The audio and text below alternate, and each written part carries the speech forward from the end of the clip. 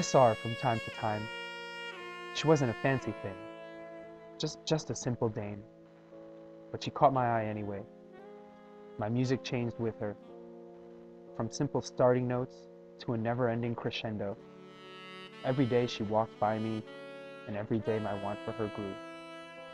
Her eyes, as plain as daylight, sparkled when she came my way. And when she danced, let's just say those hips can make a man grow wings. She became my muse. She was the reason why I wrote, the reason why I lived, the reason for the stars and moon. But I could never be with her. She was an uptown girl, and I was living in a lonely world. But her eyes told me a different story, a story of want and desire.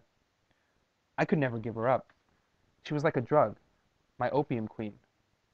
I had to have her for myself.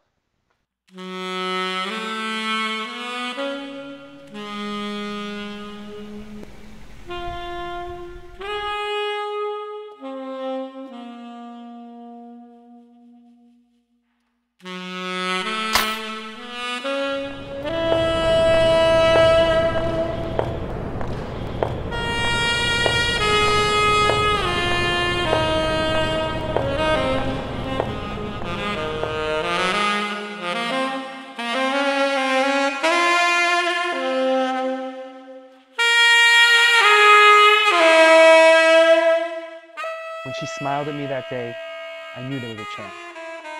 Hell, I should give it a shot. What do I got to lose? I need this girl in my life. One night, I earned enough cash to go to one of them fancy nightclubs, where real musicians get to play. Guess who walks in? The pretty thing in the flesh. Sweet, tan, blush flesh.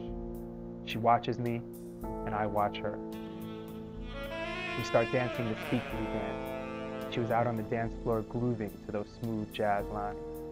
But her lines weren't rigid. Her body called my name.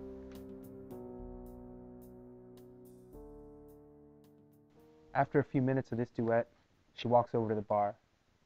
This is my chance. I go over and talk to her. I buy her a drink. More like 6, but who's counting? I guess I was a jokester because she never stopped laughing. It may have been the kamikazes, but we hit it off. She gabbed away about her job. A model. Just my luck, huh? She lives in one of those fancy apartments by the park. She tells me that she's been drawn to me ever since that one time, weaving her tune along my spine, dictating keys with the subtle gestures of her figure. Next thing I know, we're heading to her place. She wants to show me her portfolio. I was hoping she would show me more. We talked on the drive there, and her hands, soft, velvet smooth, were folded all prim-like in her lap. We were together all the time, but I started hitting sour notes. She always seemed anxious, like she was waiting for somebody. Those eyes stared into the eyes of another. One night at her place, I noticed something wrong. The bitch accuses me of being dramatic. She tells me that my music is too sad, and no one wants to hire a saxophonist with no soul. I played the worst. I lost my muse. My girl was more his girl that night. I was just a joke to her. I don't think I was ever anything else, just free entertainment. She came back into my life like a crimson tide, coming back as smashing as ever, like a red rocket, baby.